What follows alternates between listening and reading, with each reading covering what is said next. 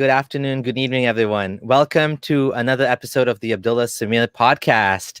And today I am joined by special guest Rose. Rose, how's it going? Pretty good.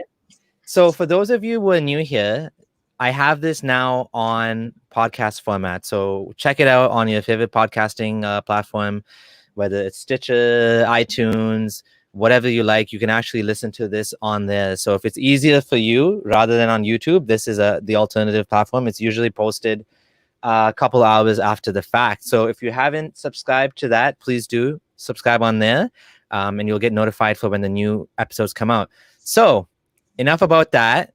Episode 64. How's it going, Rose? I am feeling good. A bit cold over here, but I do have my jacket next to me. So if I do get colder, I'll pop that on. So yeah, nice. It's cold here too. It's Canada. It's getting cold now. It's summer is over, and it was a good summer. Mostly staying at home summer, I guess, which could have been better, but that's the way the world goes nowadays. So let's get started. Let's get into it. So can you tell us a little bit more about your background? Yeah, so I am from Singapore, born and bred there, grew up there as well. As my family, so I am Malay Muslim. My family is, so usually the Muslims in Singapore are mostly Sunni Muslims, which is also with Malaysia and Indonesia. Most in that region are Sunni Muslims, but we do have Shia Muslims as well, but they are in a minority. What else can I say or talk about in terms of my family background? Like a religious family? Yes. So in Singapore, we have, well, the Muslim label, or I would say, people who are Muslims. There are different levels or tiers, I would say, in Singapore. There are the religious ones, or I would say there's the religious ones who in the eyes of a Singaporean would be considered as normal Muslims, which are the ones who they pray 5 times a day, practice Islam as per usual, as how it is. And then and normally these people, like myself and my family, would wear the hijab, like the women.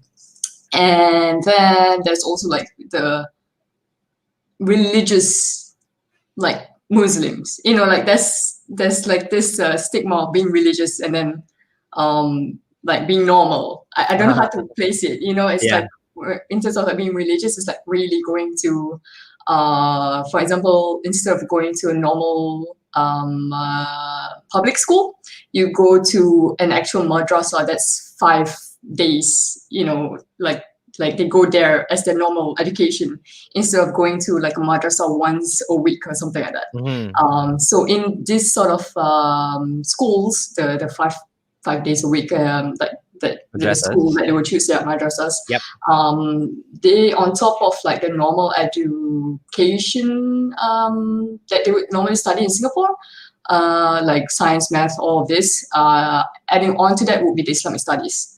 So this would be, if you know someone who is studying in this way, you'll be like, whoa, they're really in a more religious, more intense family, I would say, in terms of the Islamic application of Islamic beliefs.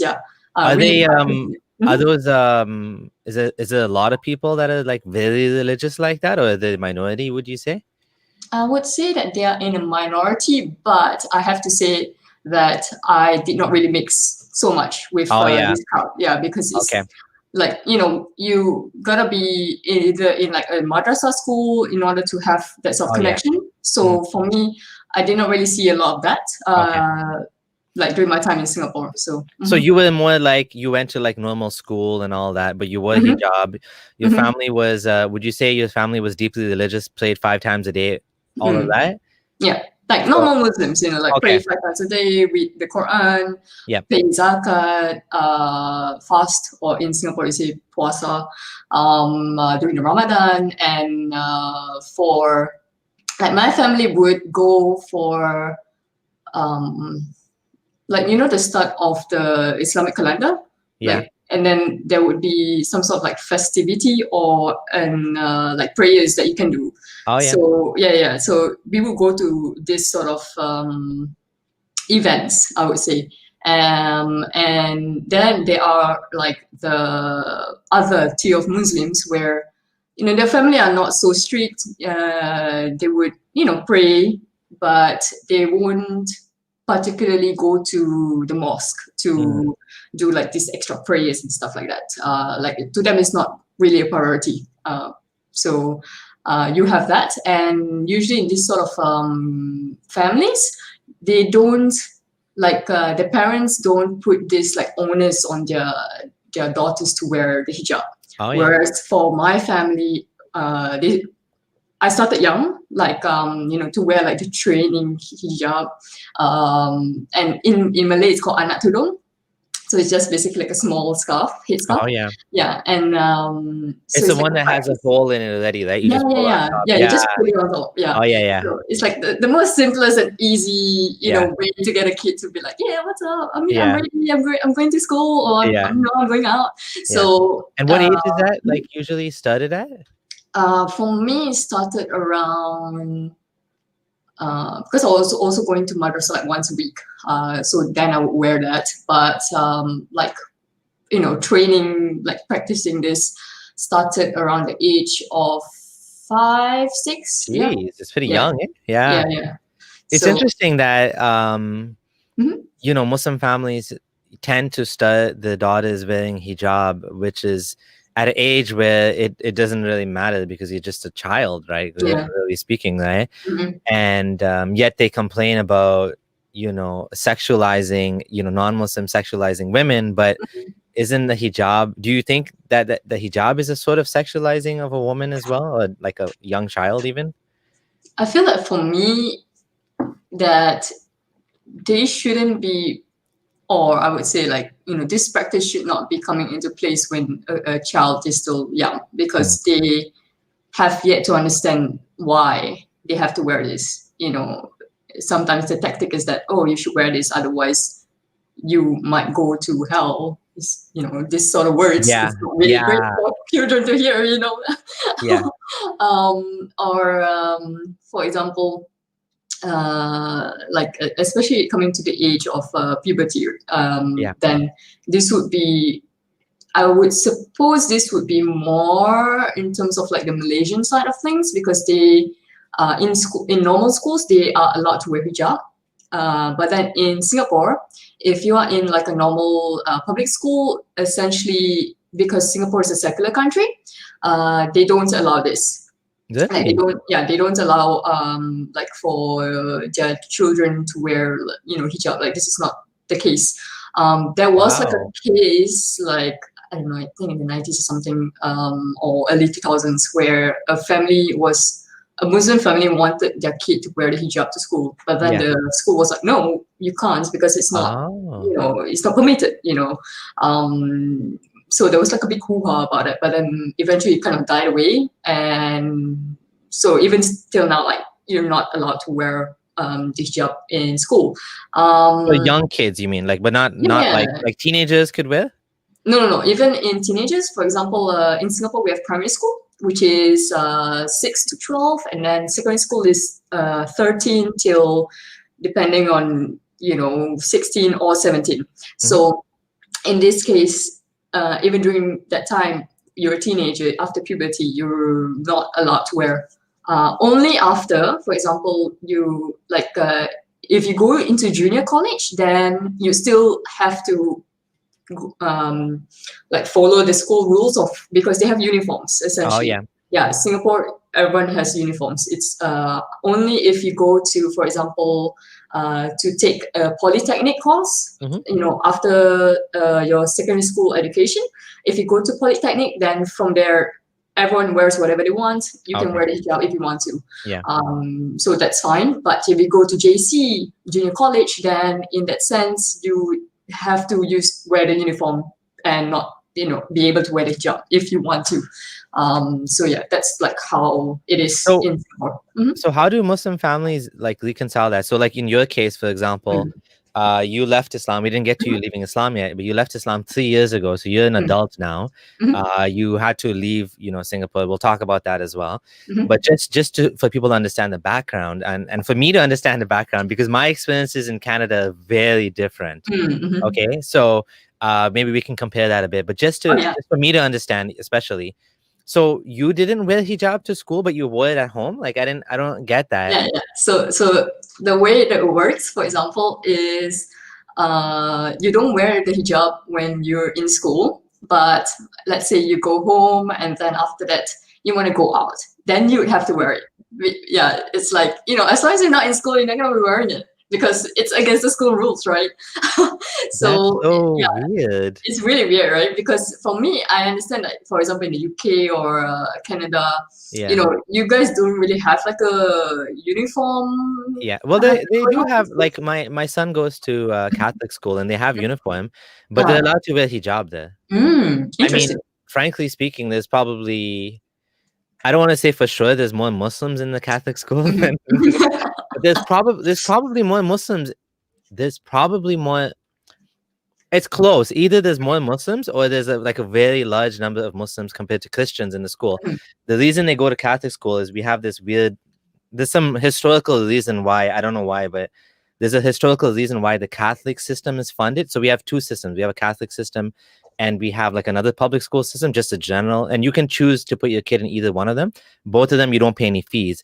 But the only difference is in the Catholic school, you have to take a religion class every year, which is a Christian class. But again, because it's so multicultural, it's like kind of, Getting to it's know. wishy-washy kind of. It's not like it's religion, but it's also like they don't force you to do anything you're not comfortable with, and Mm. but it's still also as part of the as part of the secularism here, everyone's allowed to wear hijab even at school. That's considered like a personal choice. If you wear a crucifix, Mhm. I'm kind of shocked to hear that in Singapore you can't wear Oh yeah, hijab yeah, in school. yeah, So the really religious Muslims must not send their kids to school then, because then they don't want their daughter going out without hijab, right?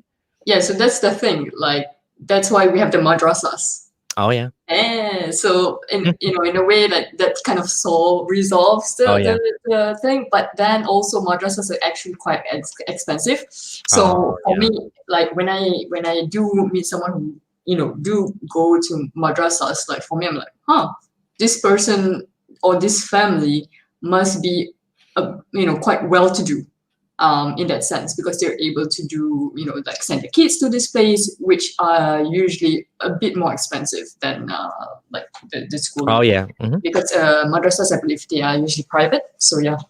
We have those we have Islamic schools here too, Mhm. and they're not okay, it depends from province to province, but in Ontario where I live, the government doesn't pay for anything. So basically what happens is you're paying like anywhere from like I mean this was a long time ago, it was like 300, but now it's closer to $1,000 a month per Mm. child.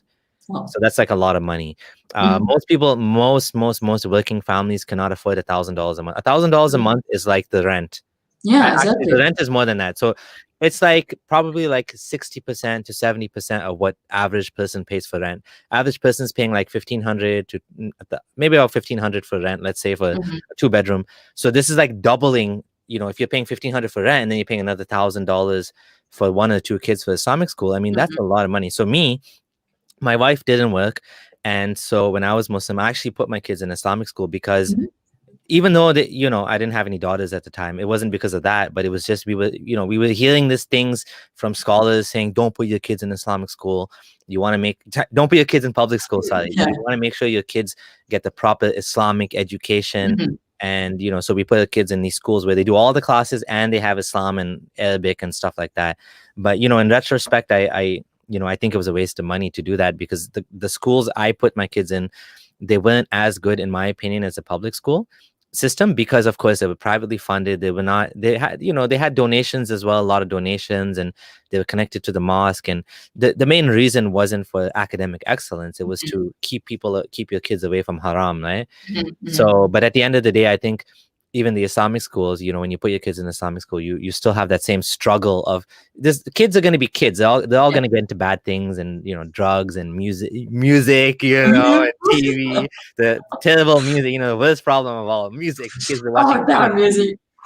It's like those old Christian fundies that they don't want the kids playing cards, and like my wife's grandpa, he thinks playing cards are from the devil or something, and like that generation of TV is Yeah. bad, and anyways, so back to your story. Let's so that's interesting. That's really surprising. So you grew up Muslim, religious family, and what happened? Like, how did you end up what made you, so you found my blog apparently, so can Oh, yeah, you yeah. tell us about that?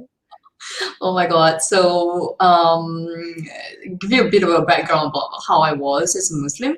Um, yeah, definitely prayed 5 times a day, especially during polytechnic.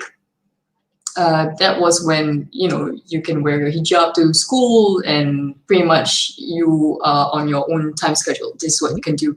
And for me, when I was in polytechnic, my classes would be kind of sometimes ending at 4 p.m. So around the Zohor time, that is when I would have to like pray at school.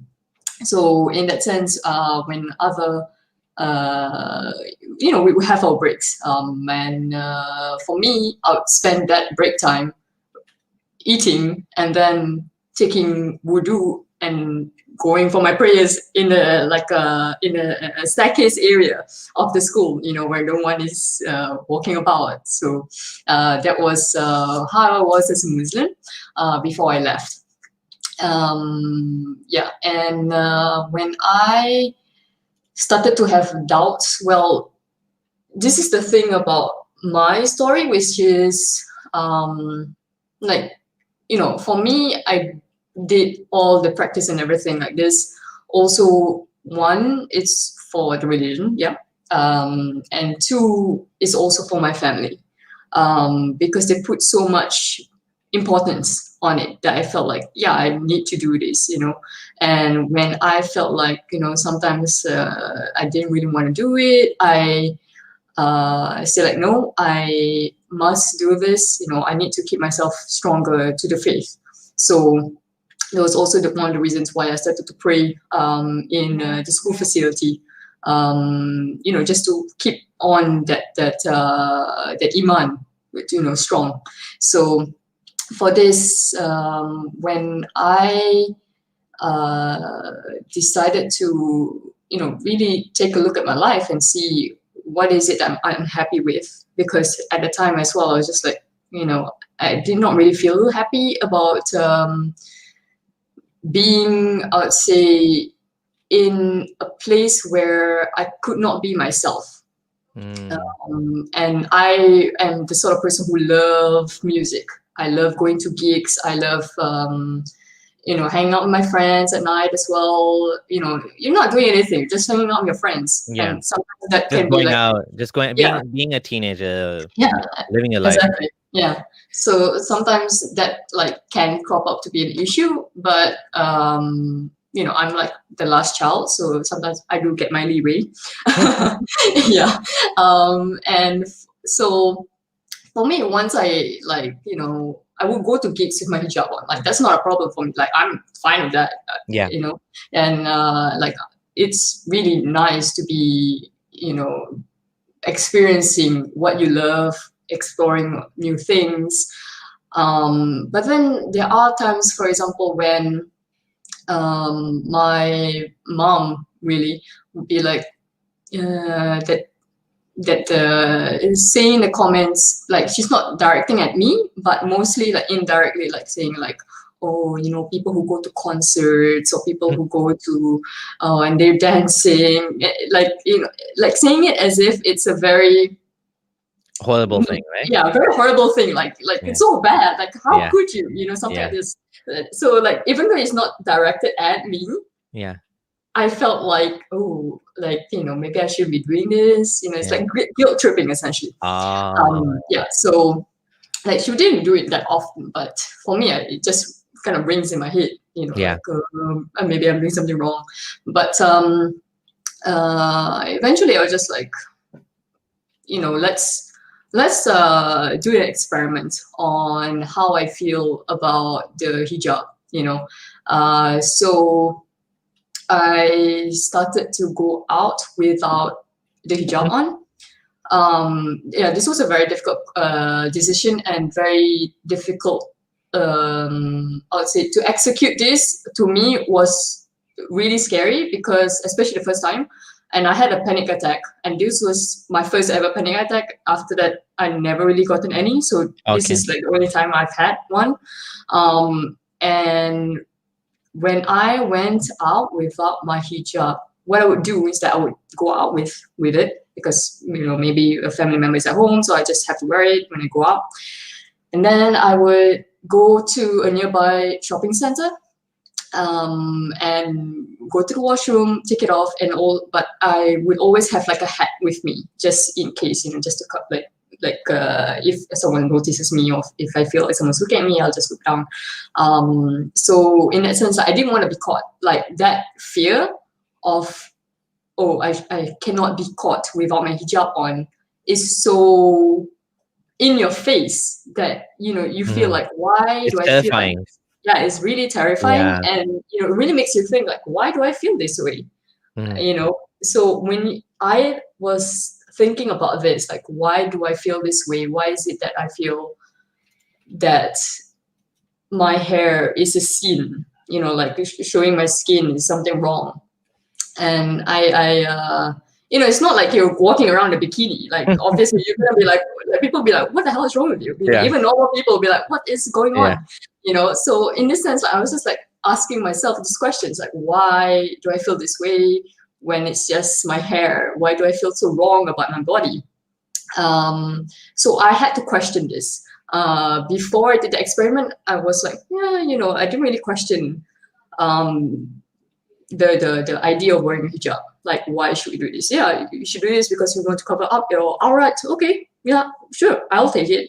But then after I did the experiment, I understood that feeling of fear and how being so uncomfortable without it made me feel, and then it made me try to figure out like, why do I feel uncomfortable? So that's when I kind of started to go deeper and deeper into questioning really my faith and the religion that I grew up in. So from there, there was this one time, like the first time I'm going out, I met my friend. She is a Muslim, but she doesn't really practices it. So like she's like, yeah, it's cool, like it's not a problem. Like I don't find it a problem at all. So she really helped me when we were kind of like close to my workplace. And in my workplace, I wore the hijab. But then we were kind of like walking around that was close to my workplace. And I knew that if someone from the workplace kind of like or saw me without my hijab, they'll be like, talking about it. So for me, that fear of other people talking about it when I'm not ready is really scary. So at that time, I was in a convenience store near the workplace, and I really had a hard time breathing, and I didn't know what was happening. Like I was just like really, my heart was pounding, really sweating, and my friend was like, are you okay? Like just breathe, okay? Like really helping me out. Because I was having a panic attack.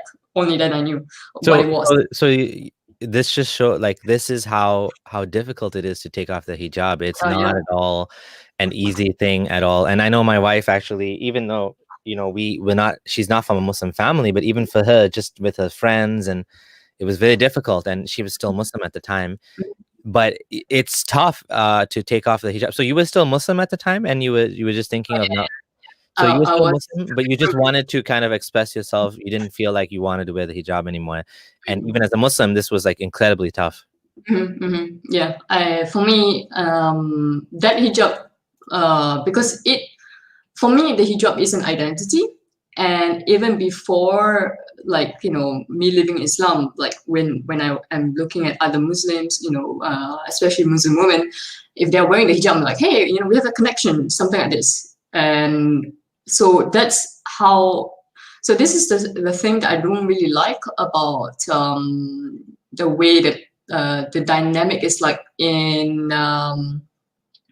I would say in Singapore or in other countries, really, from what I've Mhm. seen, Mhm. is that if you're a Muslim woman who's wearing the hijab and you want to take it off because you don't feel like it anymore, you don't really want to wear it anymore, um, personal reasons or reasons that, for example, maybe it's too hot, right? Like you don't really Yeah. want to wear it anymore. Other Muslims who are either people who are wearing the hijab or people who are not wearing the hijab, men, sometimes even non-Muslims would be questioning it, like, why are you removing it? So in this sense, I don't really like that Yeah. that identity labeling this person like, oh, she's wearing it because she is what is that word, she is supposed to be promoting Islam, Mhm. uh, and by the act of removing it, it seems like there's something wrong with Islam, right? When Oh in yeah. quotes, there's something Yeah. wrong in Islam, but They, so they this. they're taking it as they're taking your hijab as a political statement, basically. Mhm, mhm, Which is yeah, you're saying that it's not a political statement for many Muslim women. It's just a decision, a personal decision. Just like, for example, I mean, we can look at Muslim men. Some Muslim men, they stop praying. Some of them will grow their beard for religious reasons. Although the thing about the beard is it's easier as a man because a lot of non-Muslims have beards, but no non-Muslims wear hijab. So, yeah, unfortunately with the hijab, it's something that's unique to Muslim women that nobody else does. So when you take it off, suddenly everyone's like, oh, why is she doing that? Whereas with mhm, the beard, nobody cares if you shave your beard. As a Muslim, yeah, some people might care, but then there's also a lot of Muslims that don't have a beard. So it's more difficult as a Muslim woman to mhm. take that step. Yeah, I would agree a lot in that sense as well. And in terms of art, right? Since we're talking about this, what I've noticed is that there's a lot of hypocrisy in terms of whether or not a person should be covering up. So in a lot of regions, I would say that why, like, people will question like, why is she not covering up? Mhm. Or even for like a Muslim woman who's not even wearing the hijab, like if they're just wearing a t-shirt and pants, just pretty normal, people will still ask like, oh, why aren't you, wearing the hijab? Asking these questions. But for example, let's say a man who is walking around without his shirt, his belly Yeah. showing. Yeah. He's wearing, well, let's say he's wearing long pants, but his belly is showing. That's Mhm. part of the aura for Yeah. men. And let's say that he's not, like he's in the company of people that he shouldn't be doing that. People are not going to question him, right? Like people are not going to be like, hey, shouldn't you be wearing like a shirt or something? Yeah, people are not going to say that. So in that sense, there's a lot of hypocrisy towards women, in terms of the aurat in Islam. Yeah. Mm. So, Mhm. so you're saying there's a sort of double standard here, where Yeah, yeah. women are actually considered that, oh, you need to wear hijab, you need to dress like this, you can't wear like a t-shirt, you have to dress. But like a man can get away with showing his aura. Aura means Mhm. basically the part of the body that you have to cover in Mhm. Islam. For men, it's only between the knees and like the belly button or something. But for women, Yeah. it's like the whole body, including the hands. Some people even say the face. I mean, although Well, that's a minority opinion. yeah, yeah. But basically for women, it's much tougher. Mhm. Yeah, for women. Yeah. So you had this panic attack, you had this struggle in taking off the hijab, but did you ended up taking off the hijab after that? And how did that Yeah. affect your family? Like, what happened? Yeah, yeah. So the reason why I was going out like once in a while without a hijab. So this was like how I wanted to understand my feelings and understanding of Islam, and whether or not I want to continue with it, which is through this experience. So once I had that like panic attack, I was like, this is doesn't feel good. But after a while, I got over that, and I was like, you know, reflecting on this and asking myself all these other questions. But in the meantime, I was also, in a way, living a double life. So sometimes I would go out with friends without hijab, and then I would go to work with the Mm, hijab, and making appearances to my family, because if they knew that I wasn't wearing the hijab, uh, they would be for me, I felt that it was better to essentially like do this experiment myself, because I don't want it to be affected by like, external influences, for example, my family, to make me like take a step back, because I knew like that would just totally like that would ruin the whole thing. yeah, That would ruin exactly. the The personal experience. Yeah, so you wanted to have an authentic experience and Yeah. decide for yourself Mm-hmm. without external, cult like family pressure kind of pushing you back towards Mm-hmm. what they wanted versus what you Mm-hmm. wanted. You wanted to make the decision that was best for yourself.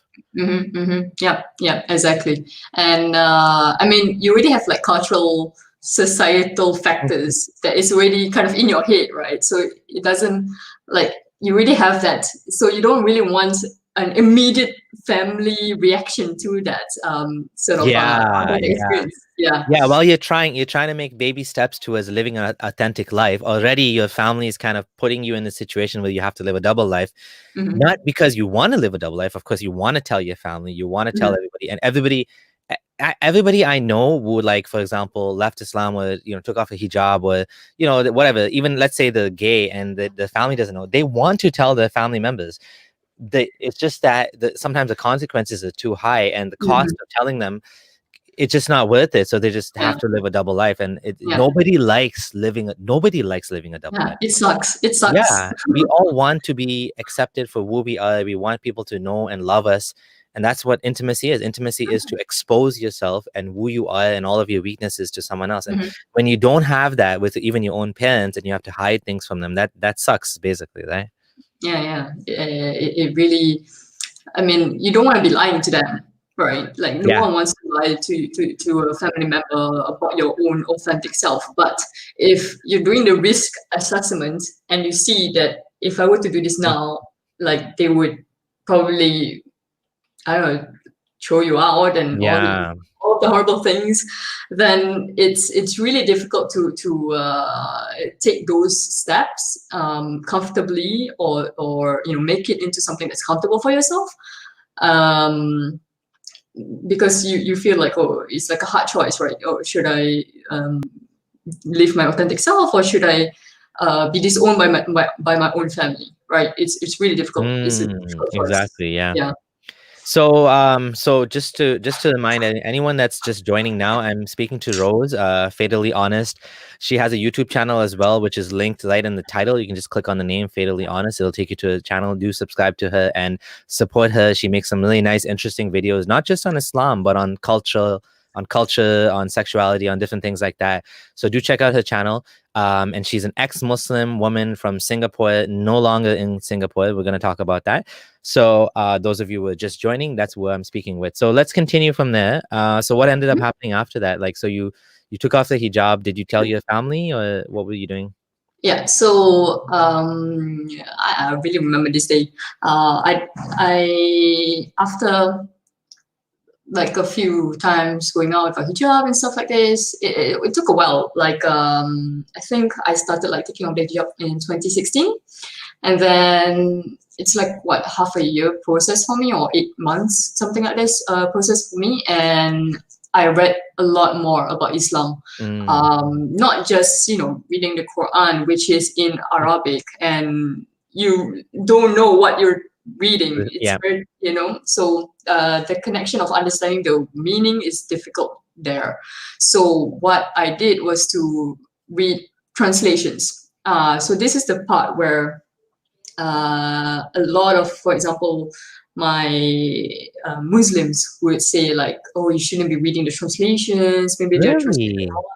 Yeah, so because over here it's actually encouraged to read the translation. Over there, you're saying in the Muslim countries, actually Singapore is not a Muslim country, but like you're saying over there, the culture is that you just read it in Arabic only. Yeah, that was like my I would say, like in the madrasa they would have they have the all the surahs in the book, but then they would have like Malay translations on it. And for me, I'm like, sometimes it just doesn't make sense.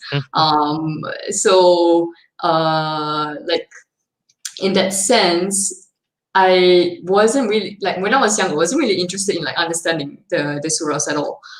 So okay, we have to, like, especially in madrasa, what they would do is that they would essentially ask you to, you study fiqh, studying tawhid, sirah, and a part of it is to learn Arabic, but it really depends on like the module that you're taking. It's like really basic, so like saying like, learning how to say like I, or because Arabic has they have like the different ways of saying like for him and for her. Yeah, him. Arabic is a tough language to learn. Yeah, very tough language. So for me, when I was younger, what I would do is like, if we were having the examination, I would be like looking at my friends, like paper, I'm like, hey, can you help me out? I don't know what this is. But when what they would do is essentially they would ask you to memorize the surah so that you can use it for prayers, and you have to essentially pass like how many surahs like during your year in the madrasa, and then be able to like say, yes, I've memorized this, and then you would then be able to use it during your when you're praying. And memorization is not my best skill at all. So I had like a real struggle with it. And another thing that madrasas would do, this started later on, like when after my puberty and stuff, is that during the times, if your schooling is within the time of Zuhur or Asar, especially for the girls, what they would do is that if you're having like your period, you have to tell your teacher, and you have to tell them like, hey, I'm having my period now. So they're going to take down that you're having your period now, and then if you if you were to say that you're having your period again, like the next 2 weeks, they'll be like, oh, your schedule is out of whack. What is what's happening? So that's quite strict. Like for me, I was just like, what is happening here? So this is the school you said? So this is the madrasa. Like that's intrusive, eh? Yeah, that's really intrusive. Like I mean, like I understand, like, okay, maybe this person wants to use the excuse of periods, but like it's still very like, what, that's crazy. That's insane.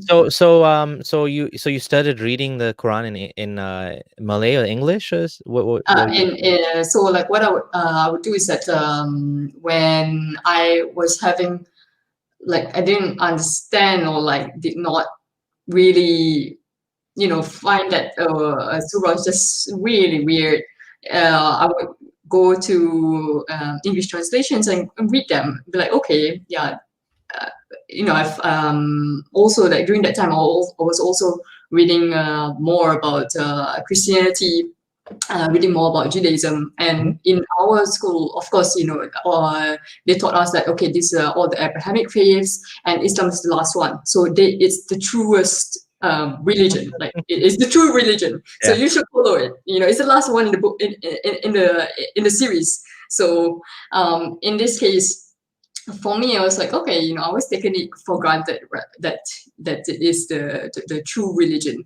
But once I was reading all of this text in English and see the similarities within Christianity, within Judaism, I was like, how can this be the truest scripture who's coming from God?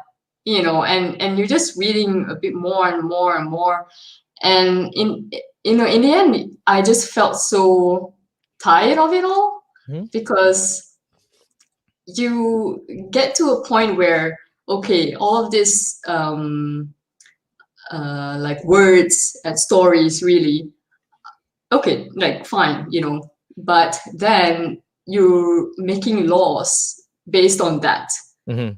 Based on the time where the time is just so different to modern current world.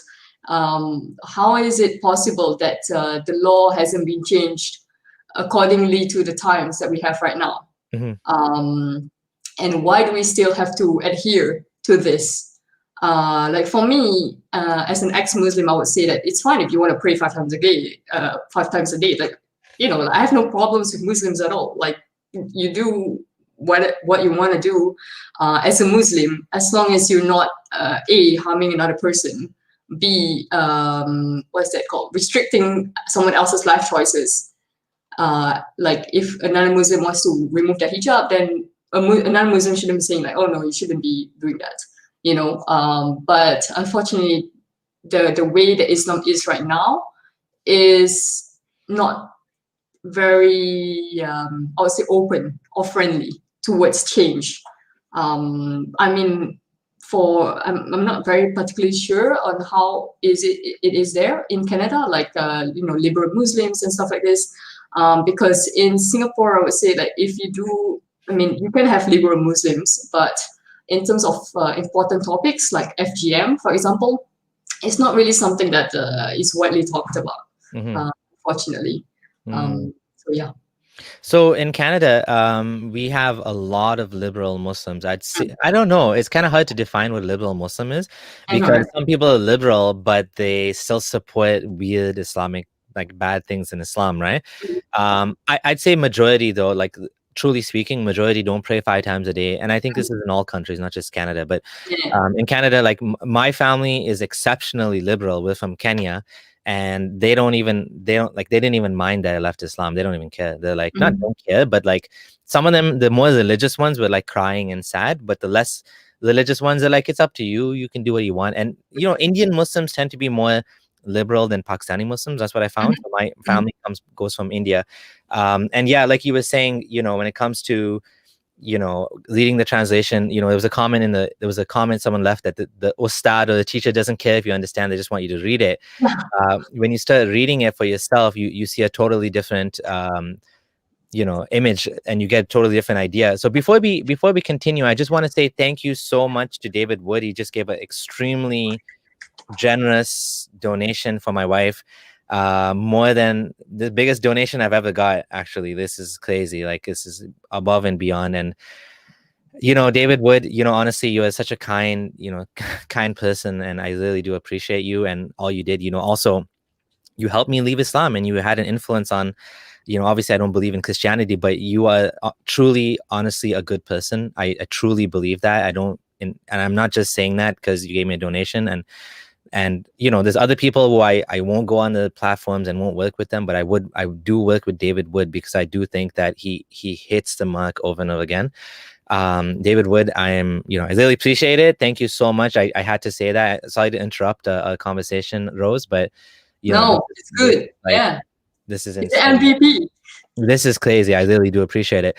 So, and courtesy of Mohammed Hijab, who sent me a new ton of financial supporters. Yeah, that's funny how that sort of how that happened. Trying to get people financially.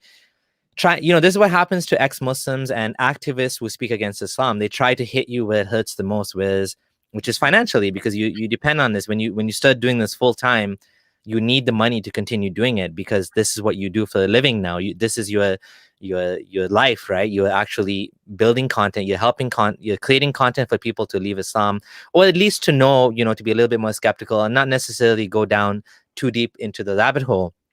Yesterday, David Wood was having a conversation with a Muslim convert, and he was just giving him things to think about, because you never know. Sometimes if you don't have that pushback, what we're going to find is the dawah and the Islamic apologetics is going to shape the world. And on top of it, the high birth rates. We're going to end up in a world where we have so many, everything's going to be Islam, and we don't do we want to live in a world where this strict system that controls everything in your life, including like the lives of non-Muslims? We really want that worldview? No, we don't want that. We want secularism. We want freedom of religion. We want to be able to blaspheme. We want people to be able to leave Islam or leave any religion, frankly speaking. Yes. Choose their own path, right? Just like you wanted to choose your own path. So just want to say thank you to David Wood for that. I really appreciate it. So back to your story now. So when you were reading these other stories of other religious books, did you find them to be? Did you feel like all religions are false, or what did you find yourself inclining to any of these other religions like Christianity or Judaism? What was your perspective there? In terms of the stories, reading I found a lot of similarities. It wasn't that I found any inclination to any one religion after reading, but just like, okay, it's for me. I feel like it's more of a web of history, really, and history can be changed at a person's whim or an organization's whim. And for me, I would say that I'm not at all religious. I don't have any like feeling towards wanting to believe in a religion. I would call myself an agnostic. Really, for example, I was listening to your interview about what's it called, Muslim identity, like the ex-Muslim label, and I was listening that there's I forgot his name, but he calls himself an agnostic Muslim, which Reason on faith. I think so. Yeah. One. Okay. Yeah, and I was like, I would say that a lot of people do have that labeling in their hearts, but they don't call themselves that. They just call themselves Muslims. Like they don't want to.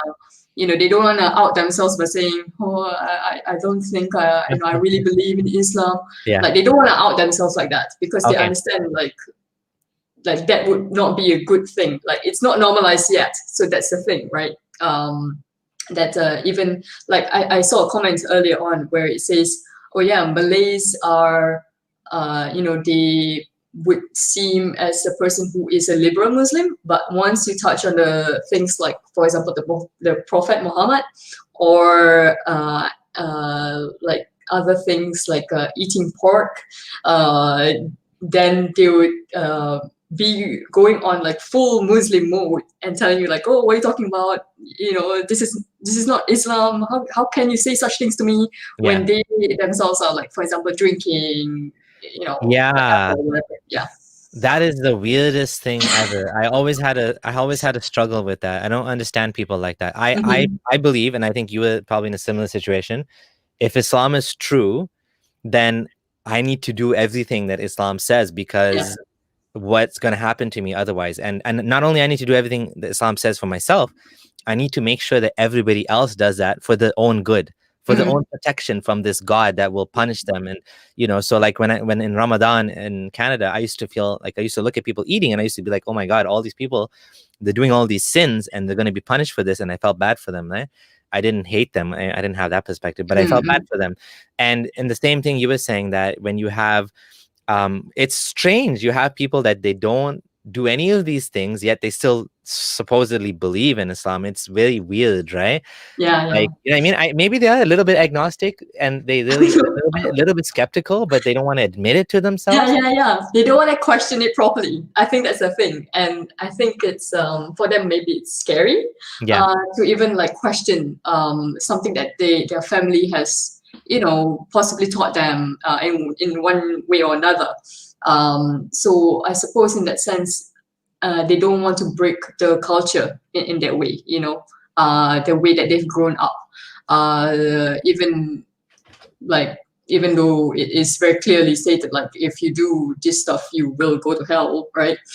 For me as well, when I was a Muslim, like if someone were to tell me like, oh, drinking alcohol and everything, like I'll be like, I'm so sure about that. Like, maybe you need to think about your life a little bit or something like this. Because for me, especially with my parents, like the way I was brought up, like if you, like I was, in terms of like sins that was totally like a no was, I mean, in Singapore, you can listen to music. Like for my family, it's not a problem. But alcohol, like pork, non-halal food, like you need to make sure that whatever you're eating is halal. Yeah. Like if there's no halal stamp, like certified by the MUIS, the authority in Singapore, you're not gonna eat it. Yeah. So that's like, whereas for example, like that in Singapore there's this like night festival, but in local terms you call it a pasar malam. It's like pasar means it's like a night market essentially. So around these night markets, you'd have like people selling food and stuff like that. Sometimes people would sell, for example, like takoyaki. It's like a food from Japan, but they make there in these night markets. And people would buy, like Muslims, I would see Muslims, when I was a Muslim, I would see people, other Muslims, like buying it from such stalls that don't even have like a certification. And I would be like, what are you doing? Why are you doing this? You know, like in my heart, I really truly felt like they're doing something wrong. So that was the sort of like mindset that I was in as a Muslim. So I definitely understand, you know, like the how do you kind of fit that together, like, you know, not it's isn't it, you know, maybe what it is for a lot of these people, it's I want to call it a tribal thing. It's become identity. Islam is an identity. So when you question Islam, even if they don't practice it themselves, they'll, you know, they'll fight back and they'll say, no, how dare you say that, whereas they themselves are not properly practicing. But it becomes, and if you push them, that's when they start to become a little bit hostile, or they, you know, they can become even violent. For example, your family members who love you, you know, you have this wall. So what happened with your family then when you started to question and all of these things? You didn't tell them yet? This came later, right? Yeah, this came later. So like when I was, you know, reading more and more, and of course, you know, going through the videos, like, oh, I was like, Muslims living Islam on YouTube, and I was like, oh, and then I found like this Vice documentary, and I was like, oh, okay, there are actually Muslims who are living Islam, and it's like, okay, this is in Britain, interesting. So, you know, for me, it was really, it's like mind blowing that you could even live Islam. Like this was, you know, because in my world, I was like, what, living Islam? What are you talking about? Like, no such thing, right? Like, no way, there's no way. So when I was, you know, going through this, I was like so excited. Like my heart was racing because of excitement. So I was just like, wow, this is really like another world. So I watched like the Vice documentary and went to other YouTubers, for example, Zara K, and eventually I found your YouTube as well. And then from there, I went on to your site, which is incredibly helpful, especially because you come into it in a very analytical sense towards, you know, the scriptures as well as the laws, really, in regards to Islam and how it affects people. So in this case, I was just reading through your blog, and I found myself really agreeing to a lot of what you were saying. And also additionally, because for me, I understood that Islam does have like branches, you know, different branches of like the way people can practice Islam. And you come from a background that I never even realized that existed. Because for me, it's like, okay, Sunni, Shia, and then like, you know, for example, what's it called? Like Salafi and all the different mazhabs. So so for me, that was like my idea of how it branches out, but I did not know that there was, you know, a more subcategory of such branches of Islam. So for me, it was very interesting to see how you transitioned from one to another, and then after that to eventually leaving Islam. And the way that your family reacted to, you know, you doing, you know, through this process actually encouraged me to eventually tell my family that like for me to you know, just let it all out, that you don't want to be a part of Islam, because I don't want to be lying, and I don't want to be, you know, not essentially not living my authentic self anymore in this case. So when I left, I remember clearly this day. So my family, my parents would sometimes go to their home. Like they're retired, so they would go to like a place in Malaysia, and they would essentially stay there for a few days, and then they would come back. So for like medical appointments, stuff like this. So on a day where they decided to come back, I texted my mom. I said, hey, just to let you know, I'm not going to wear the hijab. Like, I didn't want to say like, hey, I'm gonna be living Islam. Like who does that over? Like I don't do that over text. Like this is something that you gotta, really. It's like saying, "Hey, mom, I'm gonna kill myself" or something like that. It's like saying that. It's like, "Hey, like you don't want to get like make her have a heart attack, right?" Yeah, exactly. So I was just like telling her like, hey, when when we come to pick you up, I'm just letting you know because I don't want to shock you that I'm not going to be wearing my hijab. And she's like, okay, ... because my mom writes that way. Like she always has like 3 dots at the end all the time. Like it doesn't matter if she's like happy or sad, it's just gonna be ...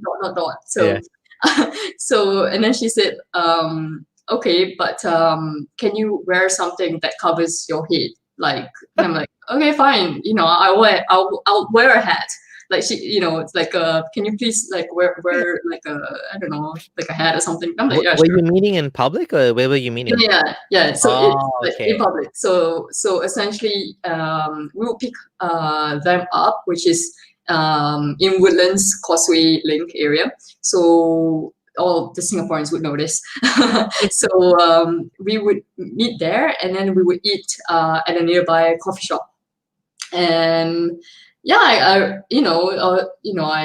greeted them, salam them, and we went to eat. And my parents didn't really show a lot of emotions. They were just like, okay. Like I think for them it was really just a shock because like they didn't know how to process it, or they didn't know how to react to it. So they just like kind of closed up in that sense. Were you living with them at the time? Or you Yeah, went? yeah, Okay. yeah. In Singapore, it's really expensive to live on your own. Oh. So like most people, they would only leave the family home after they get married. Like, so this is like the concept. Oh, okay. Yeah, it's just really expensive in Singapore to be renting and stuff. So in this case, I was still living with my parents, and you told them that you left Islam? What happened? no, not at that point of time. Okay. So I like, they were like, okay, sure, and then we just ate, and I was kind of like acting normal because I was really scared to like scare them away. I mean, I already did, but I didn't want to make it worse, right? In that sense. So went back home. Then they kind of went on as per usual. So I was like trying to figure out like how do I inform them about my decision to leave. So what I did was that I decided to make a PowerPoint presentation because, like, for me, the way that I handle stressful situations is through humor. So I just like personally thought like, okay, this is like a way for me to explain to them and not like cry without even being able to explain it to them, because it's a very emotional, I would say, thing to experience, telling your parents, religious parents, about this. So for me, I was like, okay, let's make a PowerPoint presentation of why I'm living Islam. Yeah. Wow. So the fact is that I like to create humor, because I'm just that sort of person, is to like put in fonts. I didn't want it to be like serious, even though it's already a serious thing. So for my sake, I was just like, okay, let's make everything Comic Sans, to make it really funny. Oh no, Comic Sans. Oh yes. That's the best font to use for serious talks. That So, font should be banned. That it should be banned. no. You must be the first woman in history to make a PowerPoint presentation for her family on leaving Islam. Do you have this presentation? I think I'm not sure, because it was with my oily old computer. I really wish I would have kept it. But I'm pretty sure it's lost. No, because that would have been amazing to show that on your channel. I know. Yeah, I'm really upset. Actually, when I was like making the video, I was just like, oh shit, yeah, I should have kept that presentation. Oh my! So tell us what was in it. Like what was in it? Yeah. So first was like women's rights, because I was really like, because of the inheritance thing. I was just like, it doesn't make sense. Why is it that a woman is not getting like what she's supposed to get? Like getting like, it's compared to a man, like how is this even Yeah. possible? Yeah. And so that was one. Also, I think another thing was what was it? Let me just remember. So by this point, what you Mhm. had actually left Islam completely. You Mm, had been reading a lot of blogs, like you read my blog. You were mm. watching videos, so you had like a really good understanding of all of the bad things in Islam. Well, not all Yeah. of them, but like No. a lot of the major points that were bothering you. Did these Mhm. Are these the reasons why you left Islam, or did you find out these things after leaving Islam? Because in my case, sometimes people ask me, well, how come you have like 10,000 arguments against Islam, but when you left Islam, you had like, I don't know, 5 or something, right? And Yeah. I'm like, well, that's what happens when you research. You find Yeah. more issues. You find more issues, but there's a lot of issues. Yeah. You don't need 10,000 issues. You just need one. Like I think like, if someone asks me for one argument, I can just give them one mistake in the Quran and it's done. It's Yeah. Yeah. done, right? But like if you research it, you find more. You find a Yes. lot more problems, right? Yeah. So are these the issues that caused you to leave Islam, or these were the issues you wanted to present to your mom and dad?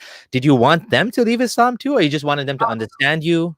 Yeah, yeah. I just wanted them to understand me. I didn't want them to believe Islam. Like I know, to them it's a very precious thing, to be following, which I'm totally fine with. Like as long as it doesn't like impede me from what I want to do in life, that's fine. Yeah, yeah, Um, which usually it would not. So I don't think I would ever like find in crossroads that would be a problem.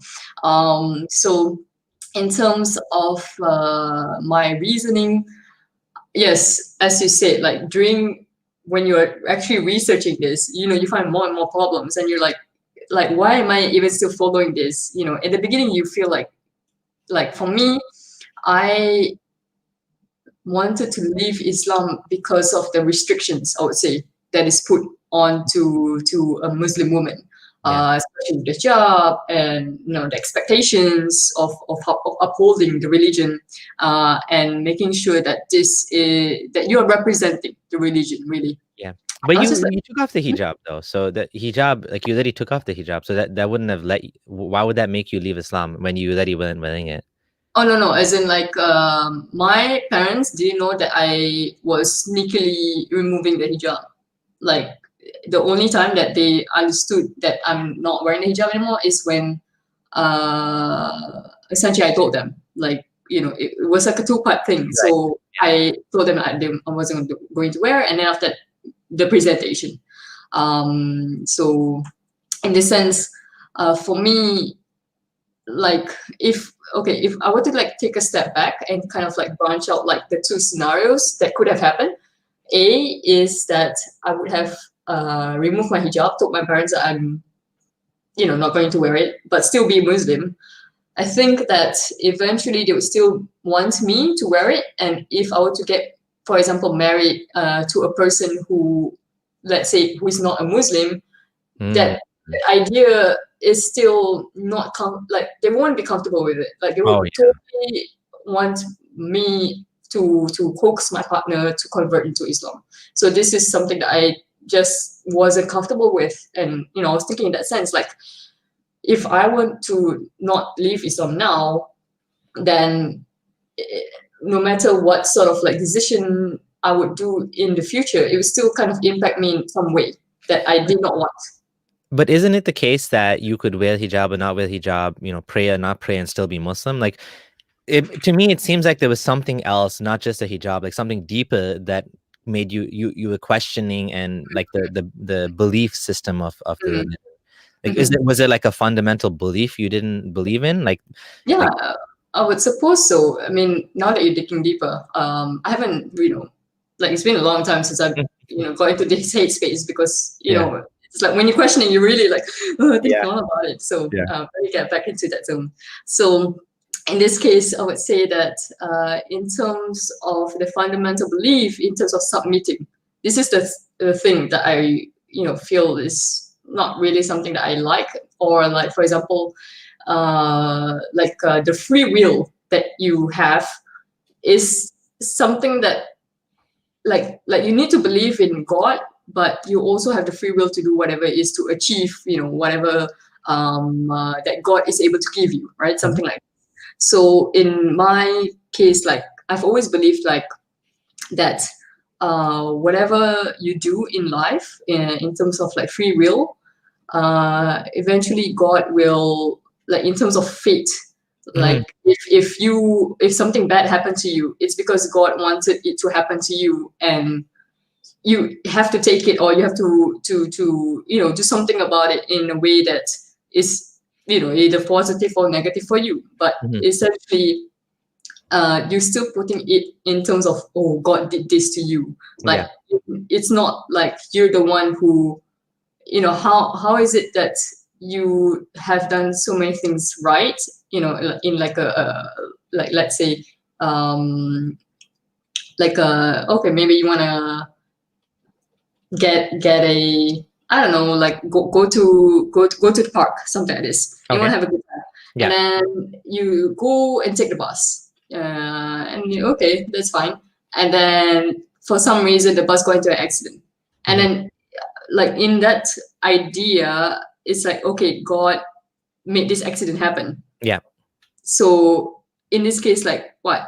I should just accept this, in this case. Then it's like, oh, maybe like it's a sign that I shouldn't be going to the park, something like this. It's like, so for me, I never really liked that sort of idea. I believe in free will, and especially in terms of that would then intertwine into this other topic, which is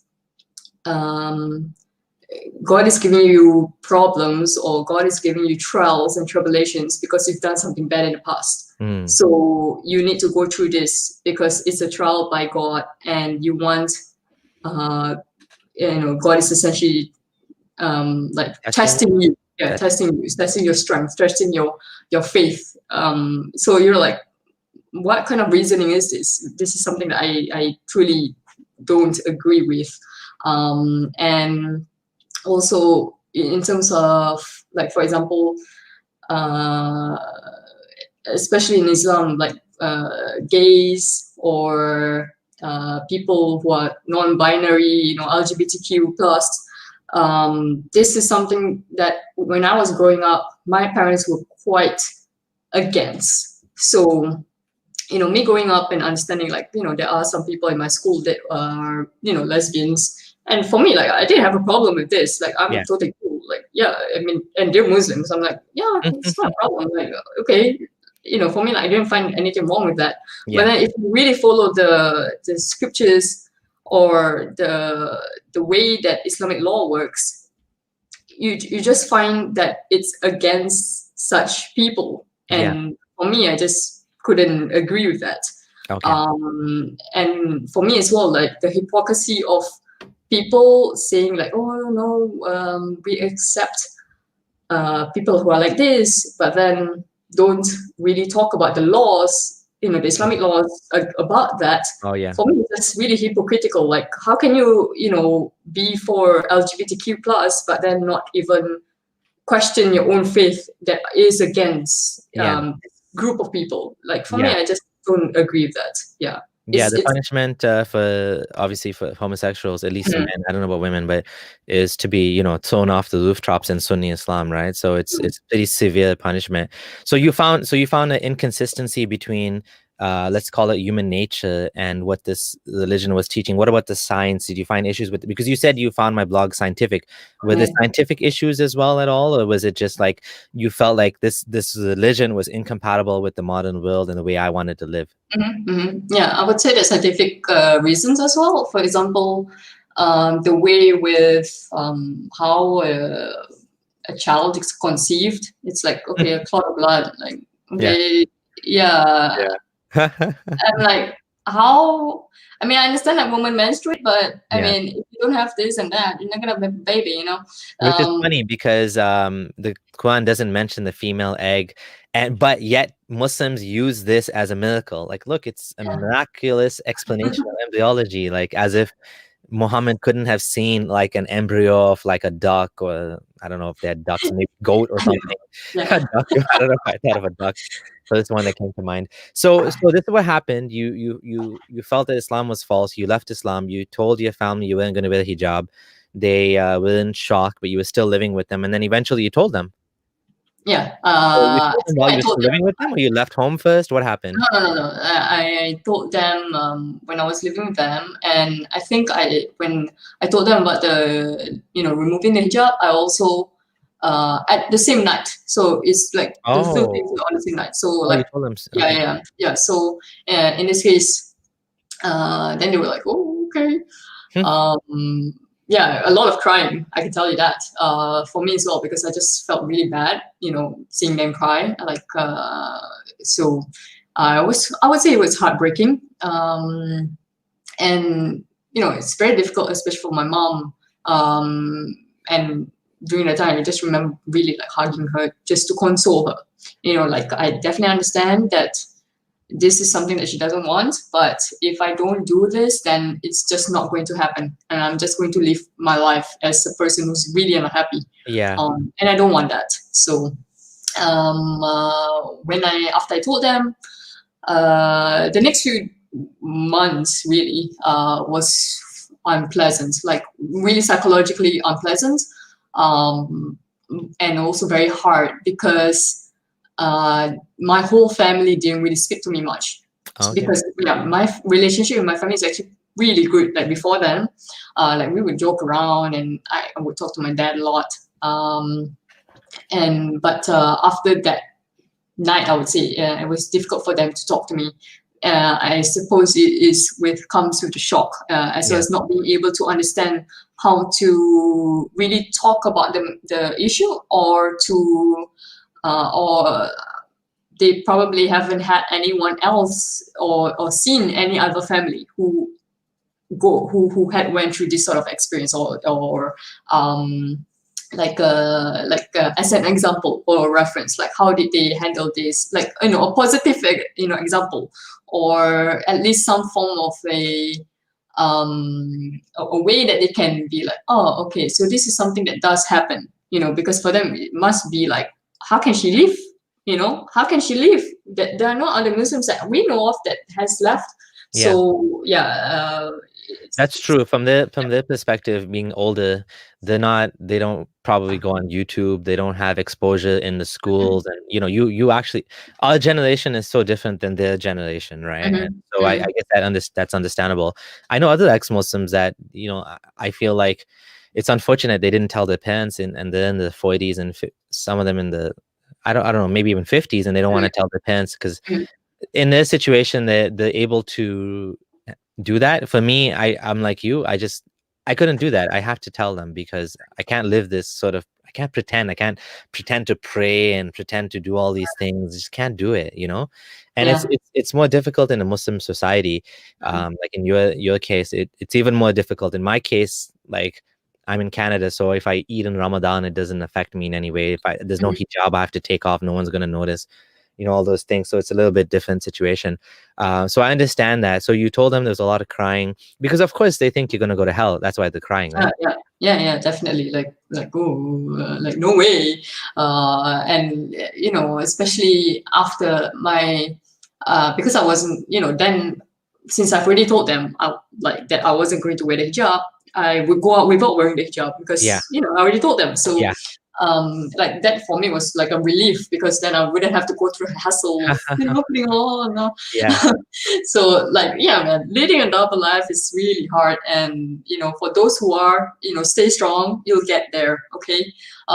So in a sense where in a way my life kind of got easier, but then the psychological not challenges challenges of not being able to like speak to them properly, like even though I'm talking to them, like they kind of like ignore me, or like kind of think of me as a ghost or something in the house. It's really difficult to experience that. And for my mom would say that it was especially difficult for her because she felt that she could bring me back to Islam. Especially, she was like, she's been really extremely nice, like that I've never really like experienced before. So for me, it's just really weird to see my mom to be like extremely nice in the way that she was, like, Yeah. yeah, because she wanted to bring me back. Oh, wow. So I was just like, okay, weird. So in this case, she, like would say, oh, let's meet up with an ustaz and imam. Of Um, course, they said yeah, that. yeah, yeah. So I was just like, no, wait, yeah, like, it's good that Singapore, in a way, is a secular country, because Yeah. then they wouldn't like kidnap me and bring it to somewhere, Oh, like how some yeah. ex-Muslims have. Like, Yeah. that is really crazy. Yeah. And I'm just like, when I'm hearing these stories, I'm just like, I feel really grateful that Yeah. I, was in Singapore Yeah. at the time. So in this case, I was just like I can simply just tell her like, no, like, unfortunately, I'm not gonna do this. And for my mom, like, there was this one time where essentially I was, reading a bit more about FGM and stuff like this. I understood that, for in Singapore, like, okay, we call it sunat perempuan, FGM, and in Singapore it's practiced in a way where it's just a prick, like, to the clitoris. Like, for me, growing up, I didn't really think about it much, but I knew that this practice existed, but I didn't realize that I was one of the victims. Oh, So when I was, reading a bit more about FGM, and that it actually happens to, like, even, right now, like modern day age, and to baby girls, I was just like, okay. So I confronted my mom, like, hey, have I gone through, sunat perempuan? yeah. And it's just like, yeah, like, she was very frank about it. Like, yeah, you did. And I was like, okay. And I asked her, like, why did she, like, allow this? Yeah. And she was like giving me the reasonings of, oh, it's to avoid zina, it's to, Oh, it's great. to, yeah, it's to, like, prevent a person to be like promiscuous and stuff like this. Oh And I was just my like, God. okay, yeah. So it, like, so that really solidified, like, my stance against Islam. Like, Yeah. the fact that she, like, really believed that doing this to a baby girl is something that will be useful for them in the future. Like, I was just like done. I was Yeah. done with like, I was like, it really solidified my stance. I was just like, Yeah. okay, more of this. Yeah. So Wow. Yeah. I'm glad they don't do that in Canada. Like where do they do this? In the hospitals? yeah, they were doing like Muslim Doctors? clinics. So yeah. So in this case, Jeez. for example, there's like, what I was researching when I was doing like my videos on this particular topic, was that, like, at least there are like 2 clinics that I can find online where they clearly state, like, okay, we can do this for you. And I was just like, what the heck is happening? Like, why is it that, yeah, Is this legal? yeah, it is. So this is the thing, right? Singapore is such like, if it's not a third world country, it's like a first world country. GDP is high and everything, international country. So the fact that this practice is legal just blows my mind. Like, just why is it even legal? Crazy. This is Yeah, crazy. yeah, Like exactly. there's obviously zero health benefit to this, and with male circumcision, it's not even like it's still legal here in Canada, but it's Mhm, not. It's the official American. I think American Pediatric. I mean, that's the one I'm quoting because I know it, not the Canadian one. mhm, Association has advised against routine infant circumcision, male mhm, circumcision, because it's not really like there might be some sort of health benefits, but overall the harm is more than the so-called benefit. There's no real reason to cut babies, in my opinion. mhm, And so it's becoming less and less common. It's definitely something that it's a leftover, a vestige of Abraham, the story of Abraham, and how he circumcised himself and all that. mhm, But yeah, I definitely think when it comes to doing something like that to control women's sexuality, it's just such a stupid thing. And delusion. even for men too, even for men it can reduce sexuality and Mhm, feeling and all of that. mhm, So it's mhm, definitely, and I know this is an argument for cleanliness and whatever, but obviously we were made the way that makes sense. There's no need to I'm sure there's some cases where for men, maybe circumcision makes sense. Some babies, maybe there's some cases, I don't know, but to do it, routine to every single child it just doesn't make any sense. It's Yeah. dogma. That's what dogma is. Yes. Dogma is something that you do not because it makes sense, just because Mhm. you just do it because it's a belief you have, right? You hold that belief because of Mhm. appeal to some supernatural or whatever. So yeah, that's unfortunate. Like even when I found out about FGM as a Muslim sort of convert, I converted from Ismaili to Sunni, and Mhm. Ismailis do it too, but like Sunnis, when I looked into it and I found out that when I found out about FGM, not male circumcision, I was like, Mhm. I couldn't believe that, because I knew FGM is a really bad thing. I Mm. knew that. And when I found out it was like sort of encouraged, there's some hadith that say that you can do it, but don't do too much or something. And I know it's all over the Muslim countries, they do FGM. Mhm. I was like, I can't believe this is Islamic. This doesn't make sense to me. And it was one of those, there's very few examples, but this was one example where as a Muslim, I had cognitive dissonance, and I'm like, this Mm. can't be part of Islam. And Yeah. I'm just like, nah, I must be weak, or must be. And because I was in Canada, I was able to hold that position because I didn't know anyone that has been through this. I know in Canada, no one does it. So I'm like, yeah, it's nothing to do with Islam. I'm like, yeah, it's Yeah. privileged Muslim living in the West that knows nothing about what's going on to young women in the Muslim world. Mhm. And of course, it's women that do it, right? It's the moms. Oh, yeah, yeah. Like, I think, for example, in Malaysia, Indonesia, in Singapore, it's not really about like honor in some like countries. For example, I believe in Africa, especially in Muslims who are living there, it's tied in with like honor of the family, something like this. But in the Asian like region, it's mostly about like following the doctrine, and just also because of not being promiscuous or not letting the woman be promiscuous, and usually this is done by female doctors, and I would say in terms of like I'm not sure like how much a man can influence the decision, Mhm. but like for me, I would say like the woman is usually the one that has like the final say in terms of Wow, this. Yeah. it's crazy. uh, yeah. That is And crazy. And so can you explain why do they say this controls promiscuity? What's the thinking behind that? I think the thinking about it is essentially like to prevent like sex before marriage.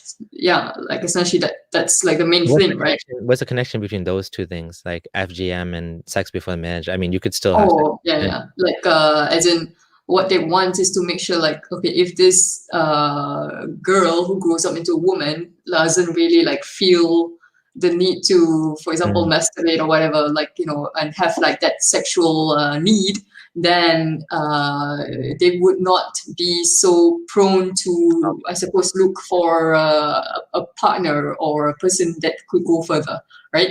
Mm. Oh, Yeah. okay. So So it goes back to the honor thing as well in some yeah, yeah, cultures, where the woman's vagina is yeah. seen as the place where the family's honor resides, which is so ridiculous. But of course, the man can go and do whatever he wants. Yeah, It's fine. yeah. It's like, yeah, okay. So weird, right? It's so messed up. Mhm, mhm. These are the type of ideas we want to fight, and this is why, talking to you. Do you have any videos on FGM on your channel? Oh yeah, I have a Oh, series. I talked cool. to a yeah. This was like one of my first few series. Oh, So my editing was a bit shit back then. Just letting you guys know if you guys go there to watch that FGM series. I had an interview with a very prominent anti-FGM speaker. If you scroll down, then you'll be able to see it from yeah, there it is. oh, There beautiful. FGM in developed countries. Yeah. So I do talk about Singapore in depth, as well as the Muslim reaction about when a non-Muslim DJ actually like asked like posted on her Facebook like, "Hey, why is this happening in Singapore?" And like a lot of backlash like happened to her from Muslims, and I was just like, this should be covered and this should be talked about in Singapore, because it's still legal. And I do talk to the Filza, who is the anti-FGM spokesperson. she's really amazing woman. She really talks about this, and she promotes like women's rights, as well as making sure that domestic abuse, like the implications of that. She helps women who are in this sort of like positions to talk about it with them, and to help them get into a better headspace. And to eventually get out of such situations. So she's just an amazing woman, Filza Sumartono.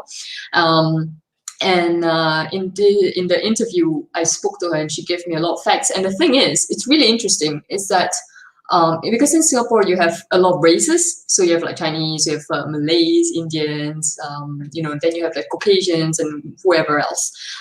So in Singapore, you have the Malay Muslims, which is usually the majority of the Muslim community, and then you do have Indian Muslims. And what we've seen is that Indian Muslims don't do this practice, which to me really is interesting to understand.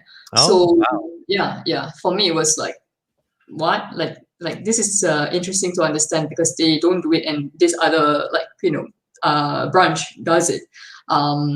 So I was just like, interesting. I believe the Indian Muslims in Singapore follow Hanafi School of thought. yeah, school. Yeah. So that's probably one of the reasons why they do this. Yeah. So wow, that was I guess disappointing to find out. So you found out about that. You talked to your mom. Did your relationship with them ever improve, or is it still like you had to leave the country? So in your coming out video, why I left Islam, you were actually crying. You started crying actually, and so what happened there? Like, why were you crying, and were you scared about leaving the country, or were you scared about what would happen when you came out publicly? What was going on? Yeah. In Singapore, I would say, like, if you were to come out, it's not like a dangerous thing to do, like in some other Muslim countries, where, for example, if you are in Indonesia and you're in the Aceh, which is a part of Indonesia where they do Sharia law, then you'll probably be killed there. So for in Singapore, it's quite safe to come out. The reason why you'd be killed, you mean by like the government, or by like vigilantes? Well, they have the Sharia law. Also, the government would actually arrest you. In that region. Aceh, right? Aceh, yeah. And they do lashings there, so it's like pretty crazy, I would say. But in Singapore, if you do come out, yay! Yeah, I'm just reading the I want to say one thing before you continue, because I actually forgot. I wrote it down and I forgot to.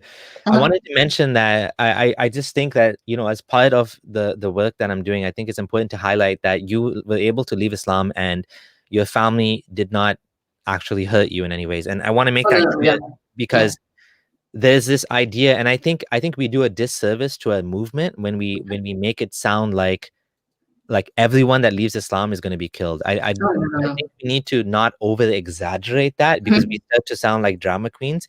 And there's people out there that use this in order to sort of like, they want immigration, for example.